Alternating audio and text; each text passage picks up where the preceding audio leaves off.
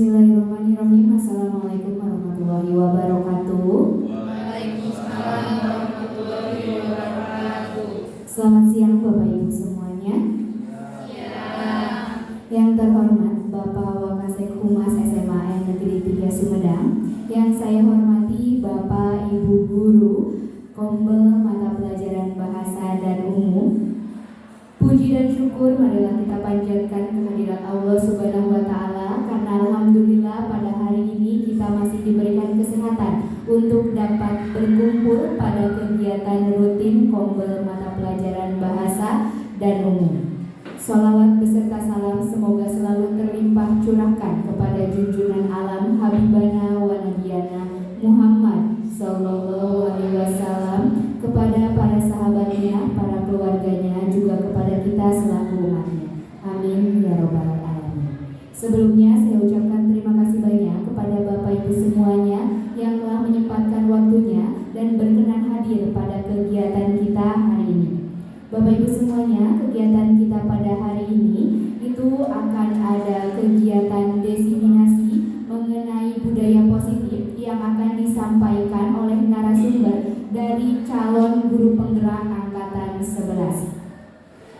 Adapun susunan acara kita pada pagi hari ini yaitu pertama ada pembukaan, sambutan, pematerian, dan penutup. Baik, Bapak Ibu semuanya, untuk mengefektifkan waktu, marilah kita buka kegiatan kita pada hari ini dengan mengucapkan basmalah secara bersama-sama. Bismillahirrahmanirrahim. Baik, untuk acara selanjutnya yaitu akan ada sambutan dari Bapak Wakasek Humas, Bapak Ade Hidayat SP. Kepada Bapak saya persilakan. Terima kasih kepada pengacara yang sudah memberikan kesempatan. Bismillahirrahmanirrahim. Assalamualaikum warahmatullahi wabarakatuh. Innal hamdalillah nahmaduhu wa nasta'inu wa nastaghfiruh wa na'udzu billahi min syururi anfusina wa min sayyiati a'malina may yahdihillahu fala mudilla lahu. Asyhadu an la ilaha illallah wahdahu la syarikalah wa asyhadu anna Muhammadan abduhu wa rasuluhu alladzi la nabiyya wa rasulullah ba'da. Yang saya hormati Ibu, Bapak Guru, calon guru penggerak angkatan 11, yang saya hormati Bapak Ibu Guru dari Mapel Bahasa dan Mapel Umum. Puji dan syukur mari kita panjatkan Allah Subhanahu wa Ta'ala karena berkat taufik hidayahnya. Alhamdulillah pada kesempatan yang berbahagia ini kita semua pada hari ini bisa menghadiri kegiatan ini dalam keadaan sehat walafiat. Salawat serta salam semoga terlimpah curahkan kepada junjungan alam Nabi akhir zaman Nabi Muhammad Sallallahu Alaihi Wasallam, kepada keluarganya, pada para sahabatnya, sampai kepada kita selaku umatnya yang senantiasa taat dan patuh kepada sampai yaumil amin ya Allah ya Rabbal alamin. Bapak Ibu sekalian saya hormati, pada sambutan ini yang pertama permohonan maaf dari yang terhormat Bapak Kepala Sekolah SMA 3 Sumedang pada hari ini tidak bisa mengikuti acara kegiatan ini karena ada satu hal yang tidak bisa dihindarkan. Beliau mendelegasikan kepada saya untuk memberikan sambutan. Baik Bapak Ibu saya hormati, kami atas nama lembaga mengucapkan terima kasih dan penghargaan setingginya dan juga apresiasi terhadap ibu-ibu yang ikut CGP calon guru penggerak angkatan 11 ini. Memang kegiatan CGP ini satu hal yang memang perlu dibutuhkan oleh kita semua sebagai pendidik. Kaitannya yaitu dengan komunitas belajar. Komunitas belajar ini merupakan sekelompok pendidik dan tenaga kependidikan yang memang harus berkolaborasi di setiap satuan pendidikan dalam satuan pendidikan yang mana intinya adalah untuk meningkatkan pelayanan bagi peserta didik. Jadi dengan adanya kegiatan kelompok belajar ini atau komunitas belajar ini dari berbagai mata pelajaran ini akan memberikan mencari solusi terhadap permasalahan siswa-siswa kita yang ada baik di lapangan. Jadi kita jangan punya pikiran sempit, artinya kita berkolaborasi dengan hanya mata pelajaran yang sama saja. Tapi kita harus berkolaborasi dengan mapel umum, mapel bahasa, mapel MIPA. Artinya apa? Kita untuk mencari solusi yang ada pada atau permasalahan yang ada pada peserta didik. Yang akhirnya nanti ketika kita sudah berkolaborasi, kita bisa memberikan layanan yang terbaik terhadap siapa? Terhadap para peserta didik kita. Jadi dengan adanya kegiatan komunitas belajar ini sangat mendukung, sangat memberikan pengalaman yang baru kepada kita, baik sebagai pendidik ataupun juga sebagai tenaga pendidikan. Tujuan akhirnya apa? Untuk meningkatkan kualitas layanan pendidikan kepada para peserta didik kita. Itu tujuan intinya. Dikaitkan dengan sekarang ada diseminasi tentang budaya positif. Nah sekarang nggak zaman lagi adanya tata tertib, tapi harus ada kesepakatan kelas. Artinya apa? Para peserta didik kita diberi masukan untuk adanya kesepakatan kelas. Jadi tidak dibuat secara kaku oleh pendidik saja. Jadi anak diberi kesempatan, diberi hak untuk menyampaikan usul saran. Nah, itu. Apalagi sekarang adanya perubahan paradigma ya, beda dengan tahun 2009 ketika jadi guru tahun 90 dengan tahun sekarang 2020-an ya, bahwa ketika ada anak yang melanggar itu jangan diberi sanksi di tempat umum. Kenapa? Itu maksudnya bullying kan. Nah justru sekarang ada istilah dengan hukum positif atau disiplin positif. Ya salah satunya sekarang yang akan disampaikan oleh ibu-ibu calon guru penggerak. Begitu, mari kita simak penyampaian ibu-ibu dari calon guru penggerak yang angkatan 11 ini, karena beliau sudah selangkah lebih maju ya, dia mendapat pembelajaran, dapat bimbingan arahan dari para mentor. Itu saya ucapkan selamat dan mudah-mudahan para ibu-ibu yang ikut calon guru penggerak angkatan 11 ini bisa berjalan dengan lancar, kemudian juga bisa dengan mudah diselesaikannya dan akhirnya bisa menyelesaikan dengan tepat waktu, akhirnya dapat sertifikat. Itu saja yang bisa saya sampaikan. Terima kasih atas perhatiannya. Billahi taufiq wal hidayah. Wassalamualaikum warahmatullahi wabarakatuh. Waalaikumsalam warahmatullahi wabarakatuh. Terima kasih banyak Bapak telah menyampaikan sambutannya sesuai dari tadi sambutan Bapak bahwa hari ini kita akan menyimak diseminasi budaya positif yang akan disampaikan oleh para calon guru penggerak. Semoga nantinya bisa menjadi solusi untuk pembelajaran kita yang lebih baik ke depannya. Baik Bapak Ibu semuanya, kita akan langsung masuk ke acara selanjutnya, yaitu mengenai diseminasi budaya positif yang akan langsung disampaikan oleh narasumber kita pada hari ini, yaitu Ibu Gina Gilang Nurmala SPD selaku calon guru penggerak angkatan 11. Kepada Ibu Gina Gilang Nurmala SPD saya persilakan.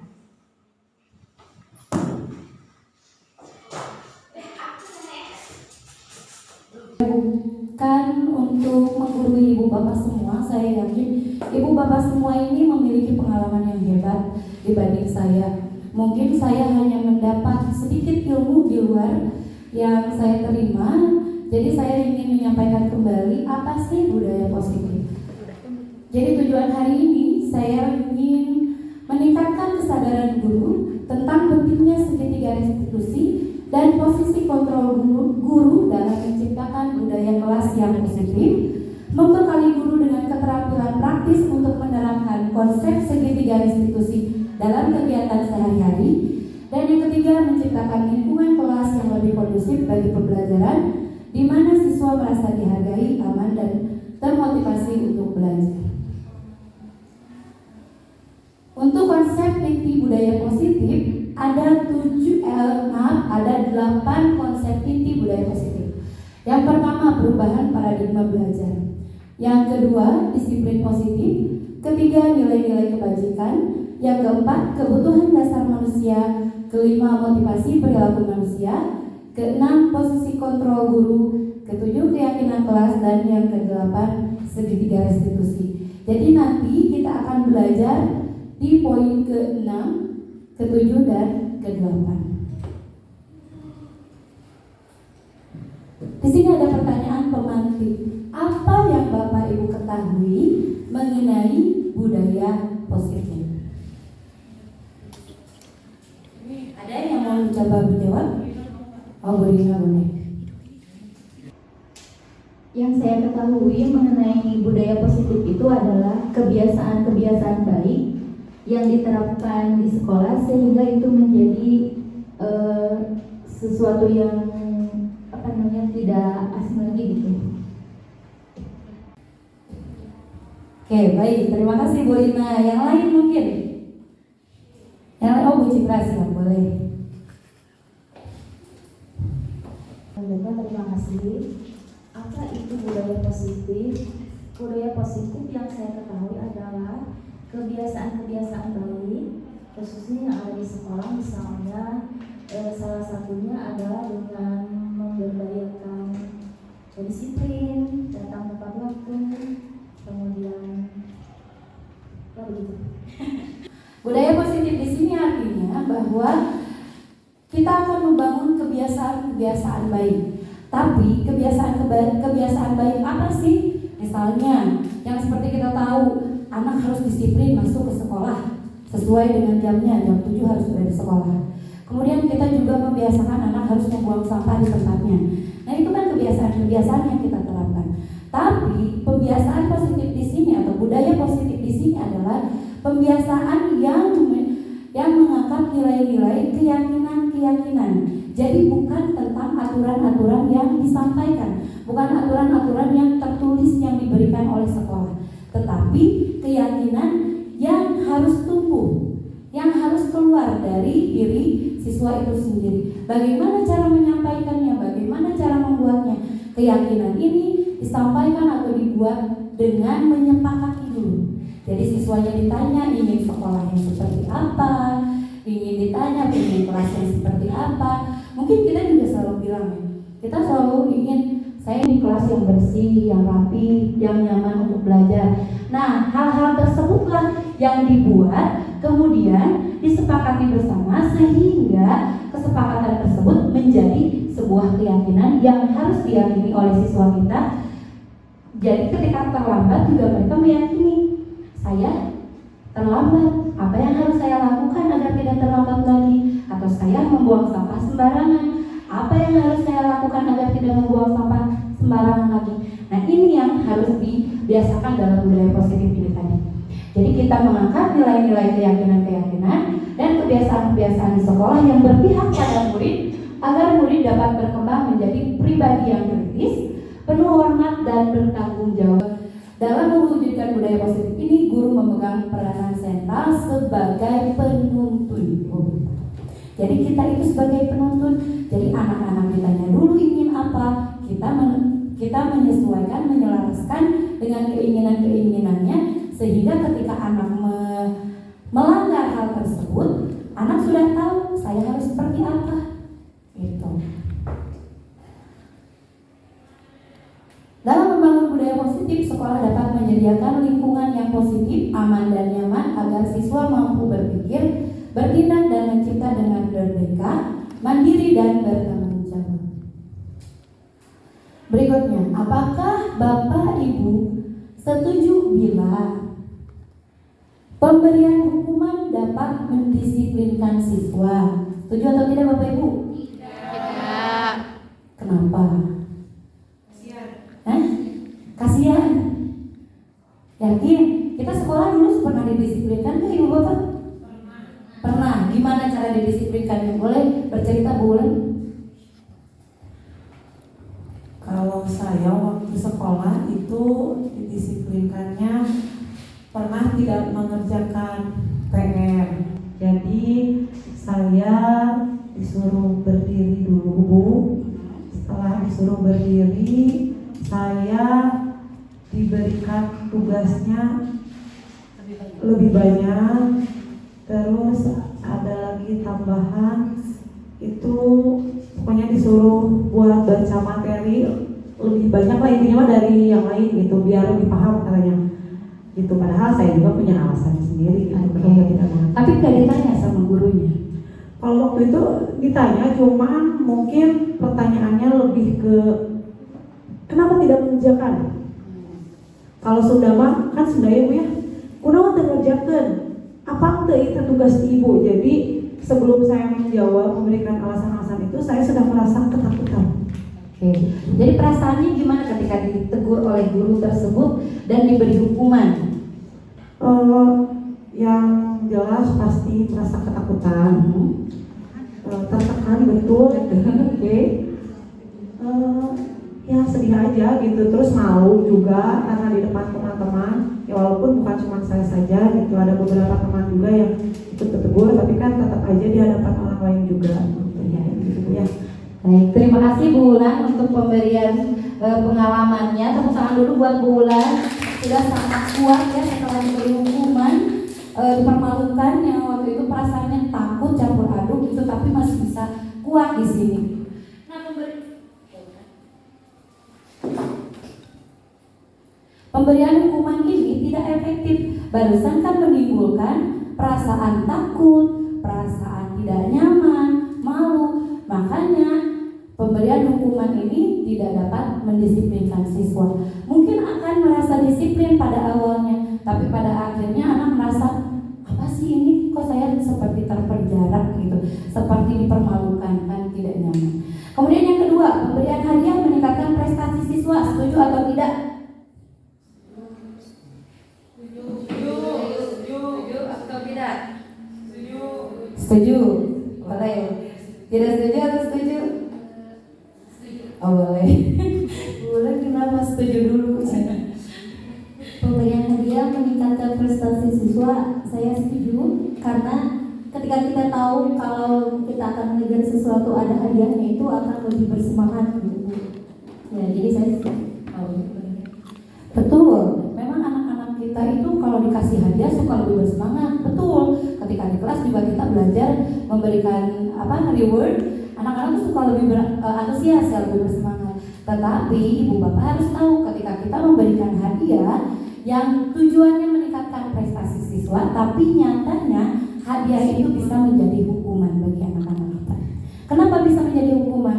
Karena hadiah ini pada akhirnya menjadi goalsnya. Ketika nggak ada hadiah lagi, anak-anak motivasinya akan turun. Nah itu tadi makanya pemberian hadiah juga tidak relevan dengan budaya positif. Berikutnya, guru harus mampu memberikan solusi untuk setiap siswa yang bermasalah. Betul atau tidak? Setuju atau tidak? Setuju. Nah ini mah betul, setuju. Jadi guru harus mampu memberikan solusi untuk setiap siswa yang bermasalah. Solusi di sini tapi bukan solusi yang memaksakan dari ibu bapak guru, bukan. Tapi solusi di sini adalah solusi yang ditarik dari keyakinan siswa itu sendiri. Siswa harus tahu solusi apa yang harus saya laksanakan. Misal gini, ibu bapak pernah jatuh cinta? Pernah? Ya. Pernah curhat nggak ketika patah hati? Ketika curhat pengen didengar atau pengen ada solusi? Didengar, karena solusinya udah ada di mana? Dari diri sendiri. Ya, di kita sendiri. Pada akhirnya ketika dikasih solusi, geus lah putus we jeung kitu mah, gitu misal ya, bapak ya. Tapi pada akhirnya naon? Pada akhirnya apa? Dan dia udah nyaman banget, gitu ya. Dan dia udah spesial banget di hati.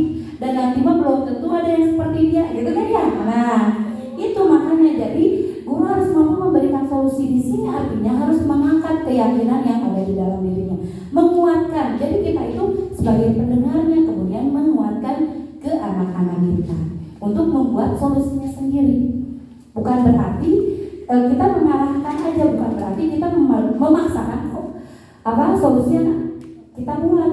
Misalnya kayak barusan yang putus cinta, kan ketika disuruh putus kan nggak nerima, nggak mau, banyak alasannya gitu ya. Oke, yang terakhir, guru berperan sebagai teman bagi siswa. Setuju atau tidak? Setuju, yakin? Setuju atau tidak? Setuju, betul. Anak-anak sekarang memang harus juga berperan sebagai teman, tetapi kita juga harus punya batasan. Guru berperan sebagai teman di sini tetap harus menumbuhkan keyakinan dari siswa. Kita akan mulai masuk ke poin yang pertama, pembelajaran dengan paradigma baru. Pembelajaran dengan paradigma baru ini merupakan pembelajaran yang dirancang berdasarkan prinsip pembelajaran berdiferensiasi. Berdiferensiasi itu kan kalau dalam bahasa Inggris mah berbeda ya. Berarti pembelajaran yang berbeda, tapi bukan berarti kalau misalnya dari kelas kita ada 36, siswanya masing-masing memiliki keunikan berbeda-beda, kita harus nyiapin 36 orang gitu, beda-beda materinya. Bukan seperti itu tapi Ibu Bapak ya. Jadi berdiferensiasi ini kita akan melihat gaya belajarnya seperti apa dan lain sebagainya. Kemudian pembelajaran diferensiasi ini sehingga para peserta didik belajar sesuai kebutuhannya berdasarkan tahap perkembangan sesuai dengan teori psikologi modern untuk mewujudkan profil pelajar Pancasila. Seperti yang kita ketahui, kita sudah menerapkan kurikulum merdeka yang kemudian sebentar lagi akan menjadi kurikulum nasional. Artinya kurikulum merdeka akan sama rata diterapkan di semua sekolah. Nah, di kurikulum merdeka ini kita tahu dengan istilah profil pelajar Pancasila, di mana profil pertama beriman bertakwa kepada Tuhan Yang Maha Esa dan berakhlak mulia, berkebinekaan global, bergotong royong, kreatif, bernalar kritis, dan mandiri. Nah, profil ini menjadi dasar dalam pembelajaran berdiferensiasi. Berikutnya, masih dalam perubahan paradigma baru, biasanya kita selalu berpikir bahwa guru itu satu-satunya orang yang mengontrol. Betul nggak Ibu Bapak? Kita selalu memaksakan murid kudu bisa nulis. Tuh. Ibarat namanya, murid kudu bisa maca gitu ya. Kita punya target, murid kudu bisa main gitar misalnya. Atau murid kudu bisa nyanyi. Nah, itu kan mengontrol. Nah, dalam proses diferensiasi, ilusi bahwa guru mengontrol siswa ini kurang tepat. Jadi guru itu harus menuntun, tadi kan sudah dijelaskan sekilas. Guru itu harus menuntun bahwa menuntun di sini adalah, kalian tahu kan kalau nuntun di bahasa Sunda nuntun deh naon? Nuntun deh. Bergandeng tangan. Jadi tidak dipaksakan, tidak terlalu didorong, tapi dituntun ini kita arahkan sesuai dengan potensinya. Potensi siswa kita. Jangan-jangan anak kita itu ini nantinya bakal jadi seniman, jangan-jangan bakal jadi sastrawan, jangan-jangan bakal jadi olahragawan mungkin. Nah, ini yang harus kita pikirkan, ini yang harus kita terapkan dalam pemikiran kita. Jadi tidak bisa kita mengontrol siswa sesuai dengan target yang kita inginkan. Berikutnya, ilusi bahwa kritik dan membuat orang merasa bersalah dapat menguatkan karakter. Seperti tadi yang Bulan ceritakan di pengalamannya, ketika dikritik di depan kelas, dia merasa malu, merasa takut. Nah, itu tidak baik. Karena anak ini akan merasa minder, berbicara nantinya takut, menjelaskan alasannya juga udah takut duluan, padahal udah ada alasannya, tapi nggak berani berbicara. Berikutnya, ilusi bahwa orang dewasa memiliki hak untuk memaksa. Kita di sekolah kadang suka maksa anak-anak kan? Iya. Kudu bisa tuh pirakunya nyian puisi tuh bisa wae gitunya. Bapaknya banyak pira maca puisi aku adalah gitunya. Sekarang itu biasa gitu ka budak teh. Kita teh berpikir gitu, padahal ibaratnya kita levelnya udah di A, anak-anak masih ada di mungkin di Z atau mungkin di Y, gitunya masih naik itu tangganya. Kita mah udah tangga ke 10, anak-anak masih di tangga 6. Ya jangan samakan dengan kita gitu ya Ibu Bapak. Kemudian yang terakhir, ilusi bahwa semua penguatan positif efektif dan bermanfaat. Jadi penguatan positif efektif ini teh segala sesuatu yang positif yang kita pikirkan positif tadi, yang kayak saya bilang kita udah di tanggal ke-10, anak-anak masih di tanggal 6, itu kan tidak efektif meskipun tujuannya baik. Jadi tetap harus menguatkan keyakinan dari siswa itu sendiri. Oke, berikutnya untuk stimulus respon lawan teori kontrol pandangan tentang dunia. Kita sebagai guru tidak boleh memandang dari pikiran kita sendiri, tetapi kita juga harus melihat dari sudut pandang orang lain. Siswa juga kan seorang individu ya?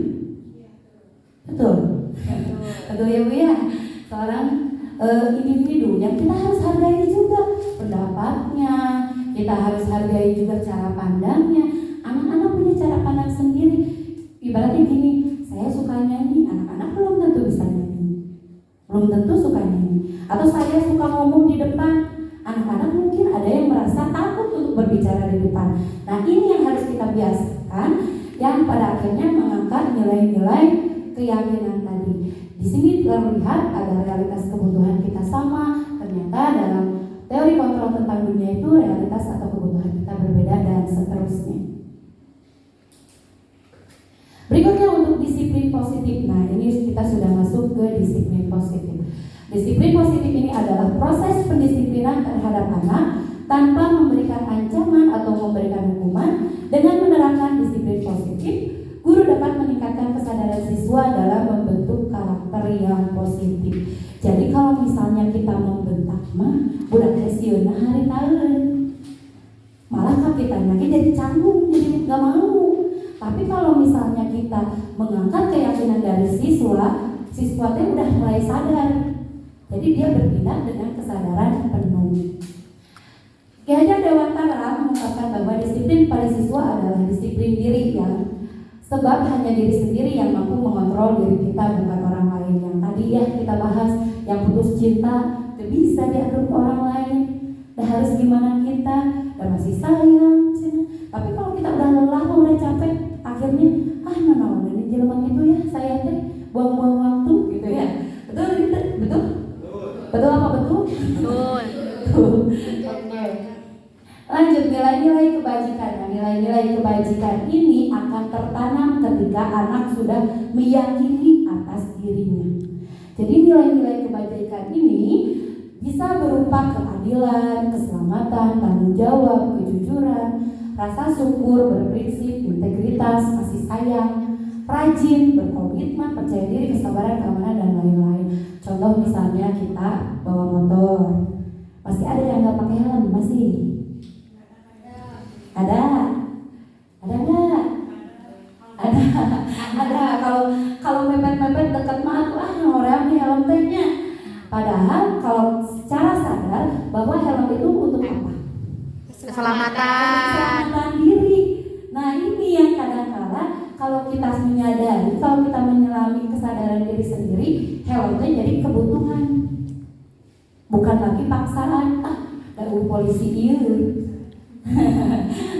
sadar ya, sekarang mulai sadar ya. Jadi jangan takut gara-gara ada polisi bisa ditilang, tapi untuk keselamatan contohnya kayak gitu. Nah ini nilai-nilai kebajikan ini yang harus kita angkat dari siswa-siswi kita. Selanjutnya yaitu kebutuhan manusia. Kebutuhan manusia ini semua yang dilakukan setiap manusia tentu mempunyai tujuan, yaitu untuk mendapatkan yang diinginkan. Ini mencatut menurut Dr. William Glasser, dan dalam choice theory terdapat 5 kebutuhan dasar manusia. Bisa ibu bapak baca di depan. Yang pertama, kebutuhan bertahan hidup. Yang kedua, kebutuhan cinta dan kasih sayang, kebutuhan untuk diterima. Yang ketiga, kebutuhan penguasaan atau kebutuhan pengakuan atas kemampuan. Yang keempat, kebutuhan kebebasan atau kebutuhan akan pilihan. Dan yang terakhir, kebutuhan kesenangan atau kebutuhan untuk merasa senang. Jika kelima kebutuhan dasar ini sudah terpenuhi, tidak akan pernah ada istilah anak nakal. Karena anak nakal ini yang kita labeli anak nakal, itu artinya anak yang kebutuhan dasarnya belum terpenuhi. Entah itu dari kebutuhan bertahan hidupnya, entah itu dari kebutuhan cinta dan kasih sayangnya atau kebutuhan lainnya. Contoh misalnya kita nggak diperhatiin di rumah, kan kadang saya cari perhatian, ya. Nah, cari perhatiannya kalau kumaha, anak-anak mah kadang nangis, kadang merengek, gitu ya. Nah itu teh ciri dari kebutuhan dasarnya belum terpenuhi. Berikutnya ada pertanyaan pemantik dulu nih Ibu Bapak. Mari kita tanyakan ke diri kita sendiri bagaimana kita berperilaku, mengapa kita melakukan segala sesuatu. Apakah kita melakukan sesuatu karena ada dorongan dari lingkungan atau dorongan lain? Dan kita menyadari kadang kita melakukan sesuatu karena kita menghindari rasa sakit atau ketidaknyamanan.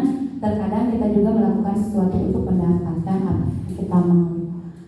Ibu Bapak datang ke sini karena kesadaran diri atau karena paksaan? Sadar sendiri, benar. Kalau saya malah ke sini karena kebutuhan.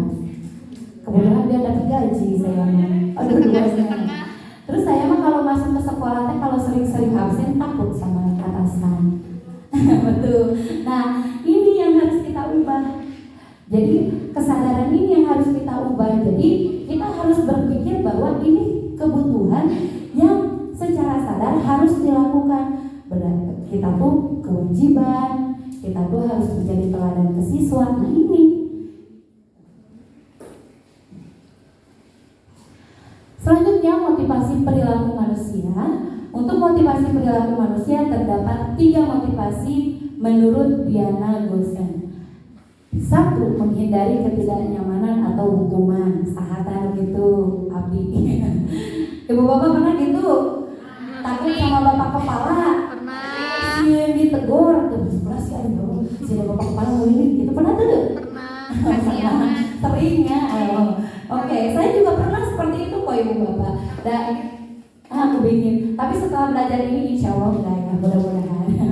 Yang kedua, mendapat imbalan atau penghargaan. Pak Doyo gitu ya, sebagai kepala sekolah SMA 3 kan sering memberi imbalan ginian, ngasih 50.000 yang mau ke depan, yang mau nyanyi. Nah, ada penghargaan, tapi ketika nggak ada uangnya, Pak, ayah uangnya tuh, ayah hadiahnya tuh. Nah, nggak ada semangatnya kalau nggak ada uang nama. Nah itu, jadi motivasi kan kadang mendapat imbalan atau penghargaan. Yang terakhir, menghargai diri dan menjadi orang yang mereka inginkan. Nah ini yang harus kita terapkan sebetulnya, menghargai diri dan menjadi orang yang mereka inginkan. Tapi bukan berarti merubah diri kita sesuai dengan yang orang lain mau. Harus benar-benar yang kita inginkan. Paham Ibu Bapak? Belum di paralinternya main kompak, paham. Masya Allah ya, saking pinternya. Berikutnya ada hukuman, konsekuensi, dan restitusi. Ibu Bapak, saya akan membagikan kertas. Nanti Ibu Bapak jawab sesuai dengan keinginannya masing-masing. Dari pertanyaan yang ada di depan.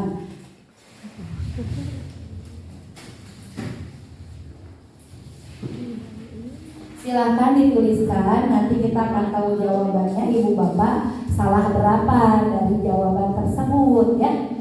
Yang pertama,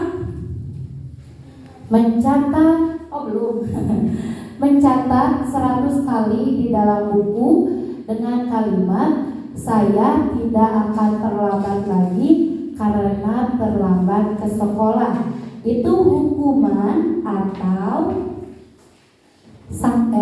hukuman atau konsekuensi? Tulis Ibu Bapak. Kan pasti bagi kertas. Tongiron dasar sebagiannya. Duh mohon maaf ya rada gado-gado ya campur aduk. Udah jawabannya udah? Jawabannya satu dulu aja Ibu pakai berikutnya saya bacakan dulu. Yang kedua, lari mengelilingi lapangan basket 2 kali karena terlambat hadir di sekolah. Hukuman atau konsekuensi? Kita disebatkan Ibu Bapak. Yang ketiga, murid diminta untuk push up 15 kali karena tidak menggunakan masker ke sekolah. Hukuman, konsekuensi? Pertanyaan selanjutnya, menggantikan kertas tugas teman yang telah dicoret-coret. Membersihkan tumpahan air di meja tulis karena tersenggol pada saat belajar, hukuman atau konsekuensi. Murid disuruh untuk mengenakan sepatu, ini ada typo ya. Murid disuruh untuk tidak mengenakan sepatu seharian di sekolah karena tidak mengenakan sepatu hitam, hukuman atau konsekuensi. Yang terakhir, lari mengelilingi lapangan basket 2 kali karena terlambat 10 menit untuk pelajaran PJOK.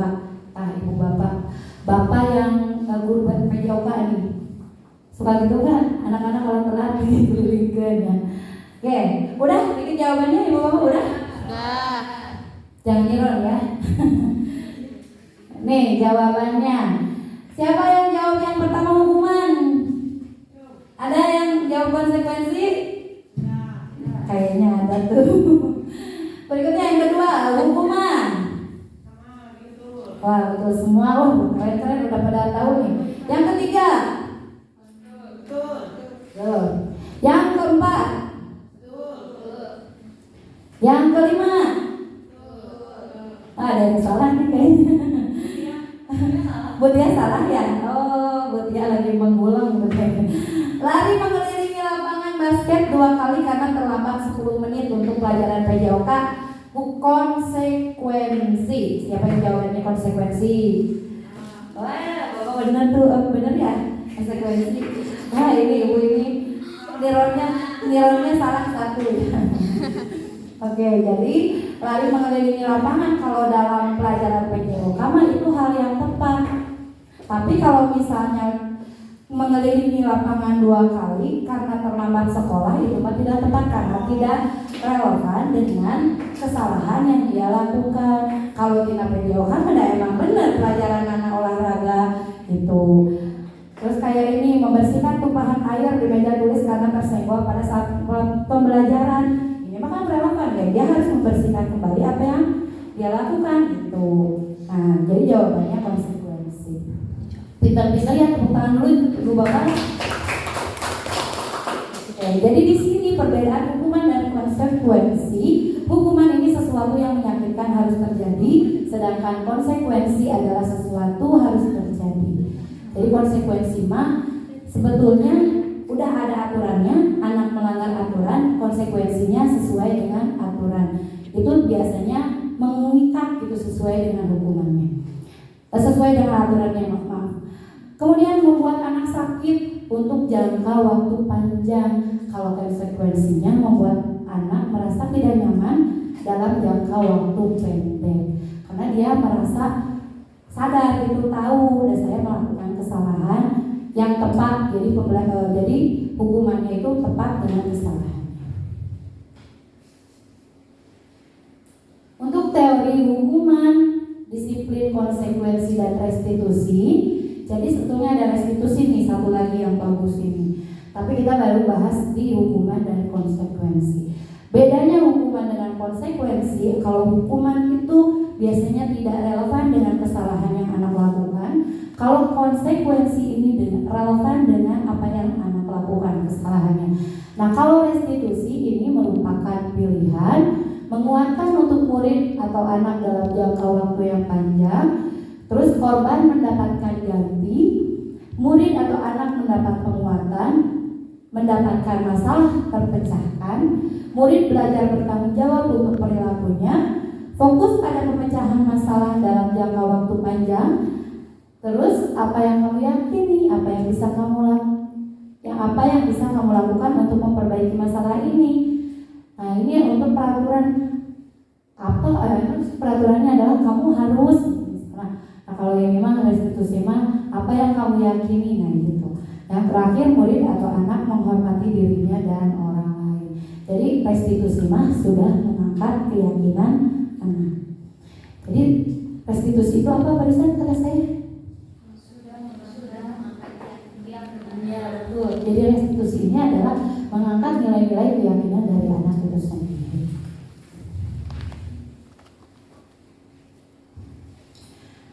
Saya jelaskan sekilas, pengertian restitusi adalah sebuah cara menanamkan disiplin positif pada murid. Restitusi bukan untuk menebus kesalahan, namun untuk belajar dari kesalahan. Tujuannya untuk memperbaiki hubungan. Jadi anak tidak merasa dihakimi, tidak merasa disalahkan, tapi anak menyadari apa yang saya lakukan adalah salah, apa yang harus saya lakukan di kemudian hari agar tidak terjadi lagi kesalahan. Nah, itu ada dalam restitusi.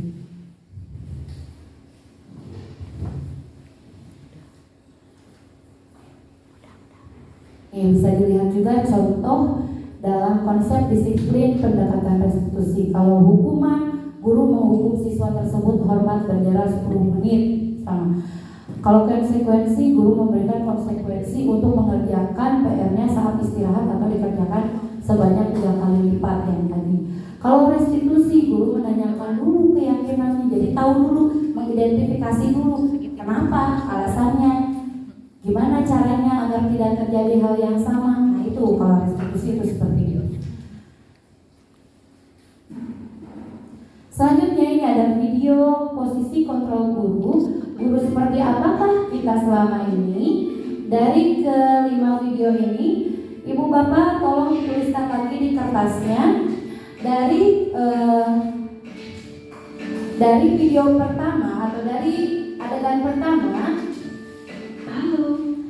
dari adegan pertama sampai adegan terakhir, posisi kontrol guru apakah yang ada dalam video tersebut? Bapak Ibu Guru calon guru penggerak. Video ini akan menampilkan 5 adegan interaksi guru dan murid.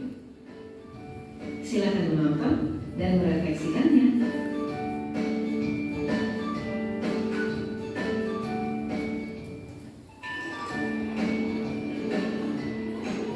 Pagi anak-anak, silakan PR yang kemarin diberikan diletakkan di meja. Anton, kamu sudah mengerjakan belum? Belum mengerjakan saya, Bu. Kamu selalu ya mengerjain PR. Sekarang kamu duduk di depan, lalu tulis. Saya berjanji tidak akan. Oke, baik Ibu Bapak, dari video barusan, posisi kontrol guru dari reka adegan pertama, posisi kontrol apa? Dari 5 posisi kontrol ini, posisi penghukum, pembuat rasa bersalah, teman, pemantau, atau manajer. Yang pertama, Menghukum. penghukum. Kenapa? Ada kalimat apa? Hei Anton, kamu ya, gitu. Jadi langsung menjudge. Kemudian yang kedua, posisi kontrol apa? Pembuat rasa bersalah.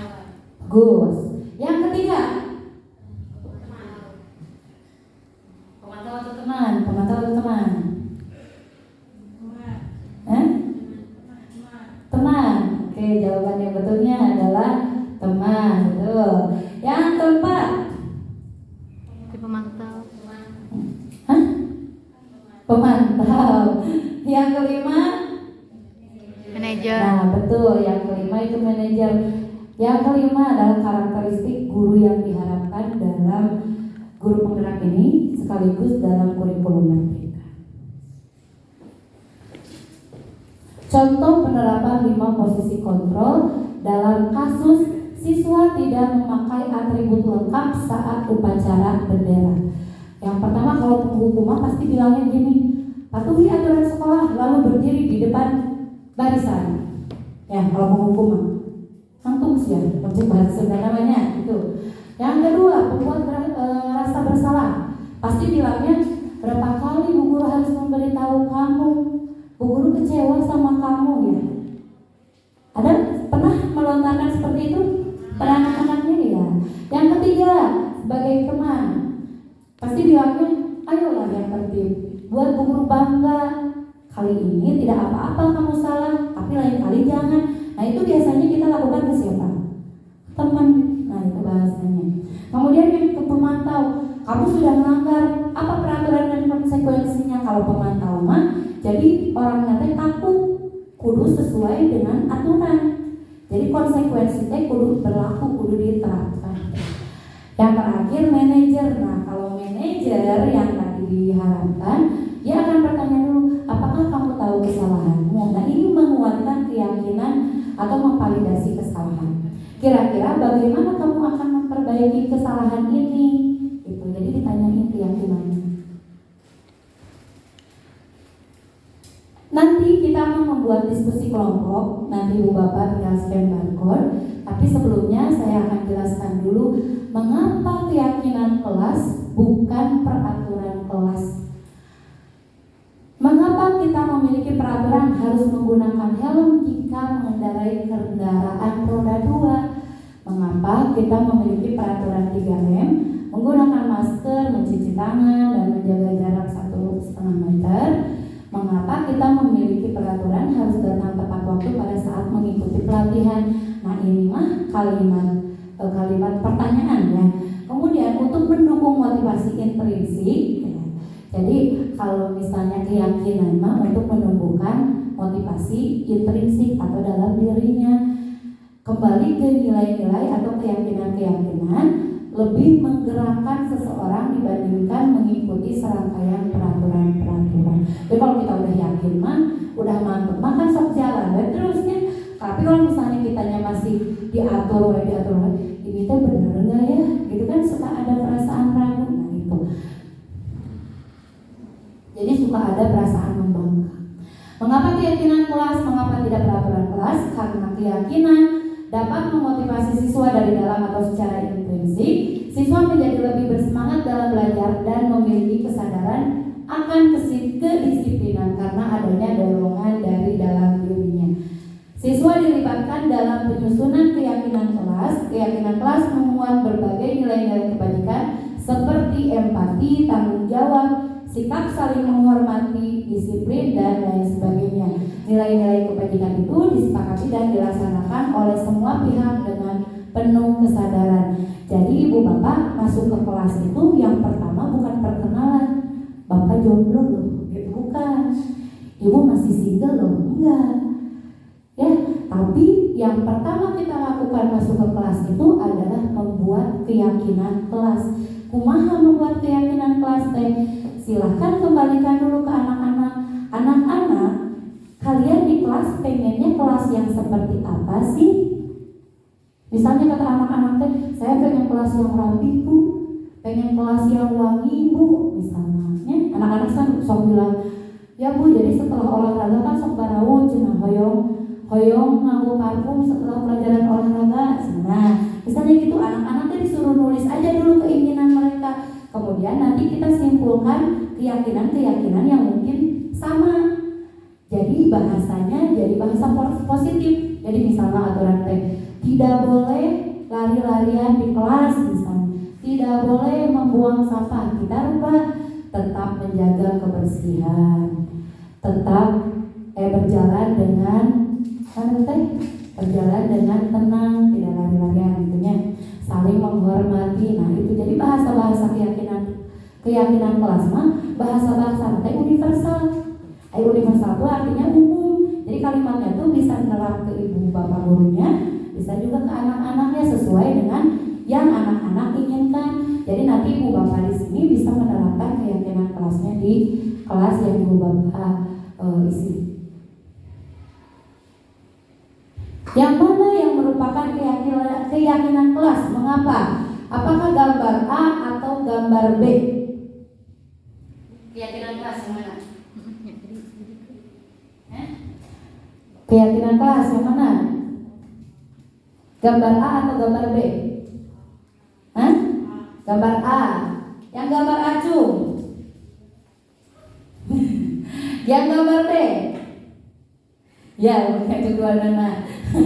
Ragu-ragu. Oke. Yang merupakan keyakinan kelas adalah gambar B. Kenapa? Karena dalam keyakinan kelas ini sudah ada kami guru dan murid yang saling menyayangi. Jadi sudah ada dua arah.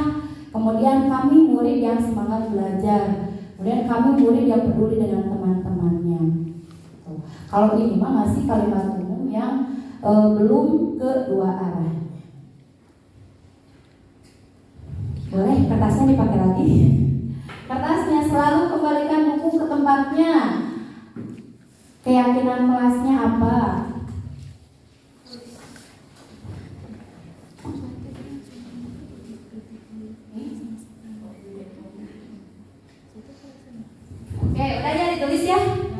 Oke, jawabannya. Selalu kembalikan buku ke tempatnya. Siapa yang jawab tanggung jawab? Wih, keren. Dilarang mengganggu orang lain. Menghormati orang lain. Siapa yang jawab itu? Oh, ada yang belum jawab. Hadir di sekolah 15 menit sebelum pembelajaran dimulai. Nah, ini menghormati orang lain, berkomitmen ya. Jadi ini jawabannya Ibu Bapak ya. Tepuk tangan dulu, luar biasa jawabannya. Oke, next. Segitiga restitusi adalah proses menciptakan kondisi bagi peserta didik untuk memperbaiki kesalahan mereka sehingga mereka bisa kembali pada kelompok mereka dengan karakter yang lebih kuat. Ini menurut Diana Gosen 2001. Dalam segitiga restitusi ada 3 langkah yang harus Ibu Bapak terapkan. Yang pertama, menstabilkan identitas. Yang keduanya, validasi tindakan yang salah. Dan yang ketiganya, menanyakan keyakinan. Mengapa disebut segitiga restitusi? Karena langkah-langkahnya sesuai dengan yang tadi disebutkan. Jadi di awal stabilkan dulu identitasnya. Yang kedua, kemudian divalidasi tindakan yang salahnya. Yang terakhir, tanyakan keyakinan sambil memberikan solusinya. Dalam menstabilkan identitas, kita akan menyampaikan berbuat salah itu tidak apa-apa, tidak ada manusia yang sempurna. Banyak orang juga pernah melakukan kesalahan seperti itu, yakinlah bisa menyelesaikan masalah ini. Misalnya kita ke anak ada yang terlambat. Terlambat itu nggak apa-apa, kok ibu juga pernah terlambat. Setiap orang pernah melakukan kesalahan. Tapi di sini mulai menanyakan validasi tindakan yang salahnya. Tapi sebagai pelajar yang baik, kita sudah mengarahkan di situ.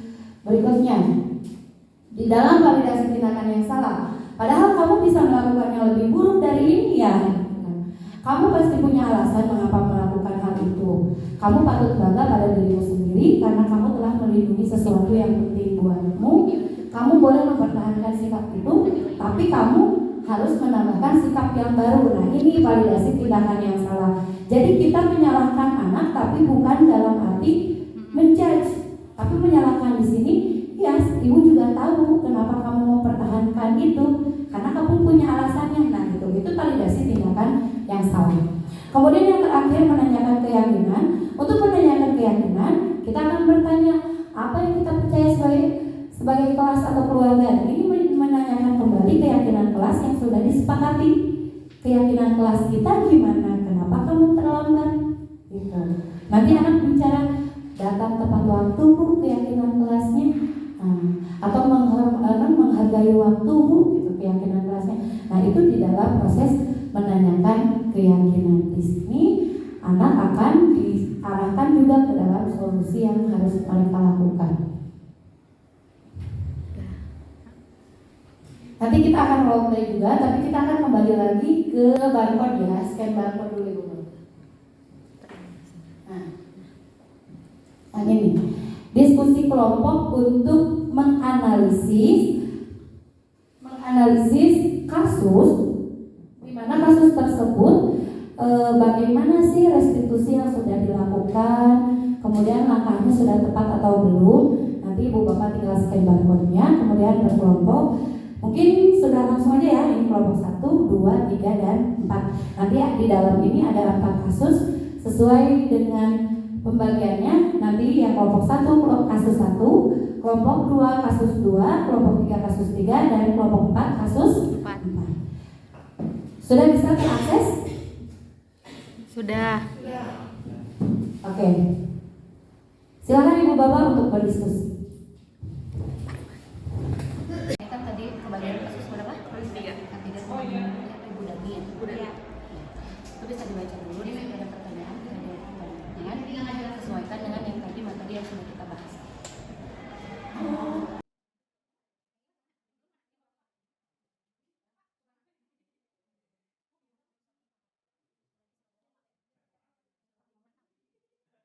Nanti setelah pengamatan, setelah diskusi dengan teman kelompoknya, saya akan meminta ibu bapak per kelompok untuk maju ya, untuk maju mempresentasikan. Boleh hasilnya di PDF kan, nanti di PDF-nya di share ke sini, kita akan tampil agar terlihat oleh ibu bapak yang lainnya.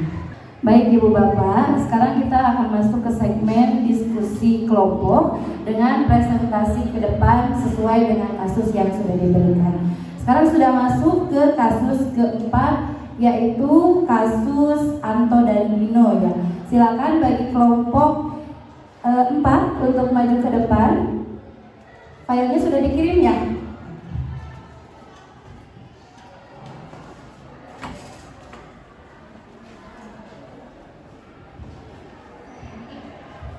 Silakan. Kasus di sini adalah Anto dan Dino sedang bermain bersama di lapangan basket dan tiba-tiba terlihat dalam sebuah pertengkaran adu mulut. Dino pun menjadi emosi dan mengadakan kontak fisik, menarik ke meja Anto dengan kasar sampai 3 kancingnya terlepas. Pada saat itu guru piket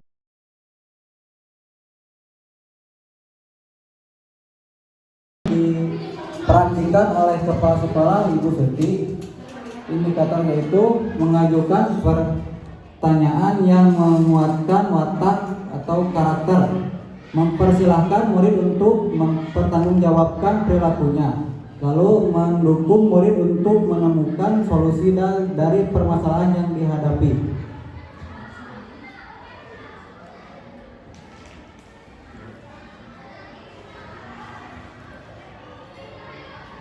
Ibu Suti melakukan restitusi dan melakukan posisi kontrolnya sebagai manajer, yaitu memberikan pernyataan perasaan yang dirasakan oleh Dino sehingga akhirnya Dino berani bercerita, menguatkan watak atau karakter dengan memberikan pernyataan, membuat kesalahan adalah hal yang manusiawi dan bahwa mempertahankan diri adalah hal yang penting.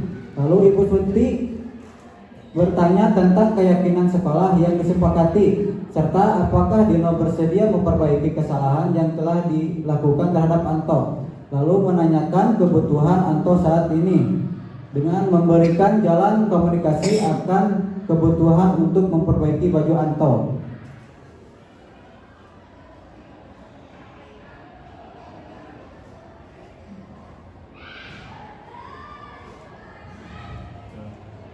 Dalam kasus tersebut, bagaimana Dino dikuatkan, bagaimana Anto dikuatkan oleh Ibu Suti. Ibu Suti pun melanjutkan bahwa membuat kesalahan adalah hal yang manusiawi dan bahwa mempertahankan diri adalah hal yang penting. Namun meminta Dino memikirkan cara lain yang mungkin lebih efektif. Bu Suti, sebenarnya apakah Dino bersedia memperbaiki kesalahan yang dilakukan terhadap Anto? Membuat kesalahan adalah hal yang manusiawi dan bahwa mempertahankan diri adalah hal yang penting. Anto. Bu Siti bertanya kepada Anto, hal apa yang dilakukan Dino untuk memperbaiki masalah? Sekian dari kelompok 4. Maaf bila ada kesalahan. Wassalamualaikum warahmatullahi wabarakatuh. Banyak sekali ya, tepuk tangan sekali lagi untuk kelompok 4.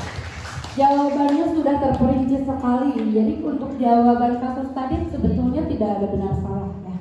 Kecuali analisis itu kan kita bisa lihat dari hasil hasil pemahaman dari restitusi itu sendiri. Selanjutnya ada penjelasan mengenai segitiga restitusi. Kita akan kembali lagi ke penjelasan segitiga restitusi. Yolan, tadi Ibu dengar katanya kamu berantem dengan Rina. Kenapa? Iya Ibu, soalnya tadi aku kesel. Oh begitu. Jika Ibu di posisi kamu, Ibu juga pasti merasakan hal yang sama. Iya Ibu, soalnya tadi dia itu nyontek terus Bu PR-PR aku, makanya aku jadi kesel. Oh begitu. Lalu apa yang kamu lakukan kepada Rina? Tadi tuh aku cuman marah-marah aja Bu, maki-maki dia, tapi gak sadar aku sampai gebrak meja dia Bu. Oh begitu. Pasti ketika kamu berbuat seperti itu ada alasannya ya? Iya Ibu, soalnya dia tuh ya suka nyontek terus Bu. Masa aku teh diem aja, aku udah berusaha ngerjain PR, dia enak banget tinggal nyontek, gak ada usahanya sama sekali. Ya wajarlah kamu marah, ibu juga akan seperti itu. Tapi ibu hargai kamu tidak melakukan hal yang lebih parah lagi, seperti misalnya memukul. Tapi coba pikirkan, tindakan kamu tadi sampai mengebrak meja, itu apakah sudah sesuai dengan keyakinan kelas kita? Enggak, Bu. Menurut kamu nih, keyakinan kelas apa sih yang kamu langgar? Saling menghormati antar teman. Ya betul, kamu saling menghormati antar teman. Apakah itu penting untuk kamu? Penting, Bu. Baik, kalau menurut kamu penting, jadi keyakinan kelas apa yang harus kamu lakukan? Harusnya saya bisa lebih bersabar, Bu. Kamu bersedia memperbaiki semua itu? Insya Allah bersedia, Bu. Apa yang kamu lakukan untuk memperbaiki masalah ini, Yola? Mungkin kedepannya saya akan lebih bisa bersabar dan menahan marah saya atau emosi saya. Nanti kalau misalkan ada teman yang nyontek lagi, paling saya mau melaporkan aja, Bu, ke guru mata pelajarannya langsung. Oke, bagus sekali, tepat sekali apa yang akan kamu lakukan atau tindakan yang kamu lakukan itu sudah tepat untuk memperbaikinya. Nah, sekarang silahkan kamu kembali lagi ke kelas ya, bertemu dengan Rina kembali. Baik, terima kasih, Bu. Ya, sama-sama Yolan. Oke, terima kasih Bu Yolanda dan Bu Gula. Baik Ibu Bapak, kita sudah masuk ke segmen terakhir yaitu refleksi. Tadi kita sudah menganalisis kasus, kita juga sudah mencoba bermain peran, siapa yang menjadi guru, siapa yang menjadi murid, gitu ya. Kita menerapkan segitiga restitusi. Nah, mudah-mudahan segitiga restitusi yang barusan sudah dimainkan, sudah dicoba diperankan, bisa Ibu Bapak terapkan ke anak-anak didik kita. Baik Ibu Bapak, siap untuk menjadi guru yang lebih upgrade? Siap? Oke, bagus, semangatnya, tepuk tangan lagi. Oke, Ibu Bapak, ini salah satu refleksi. Tolong Ibu Bapak di scan barcode-nya, kita akan mengisi Mentimeter untuk merefleksi bagaimana sih perasaan Ibu Bapak setelah mengikuti kegiatan ini.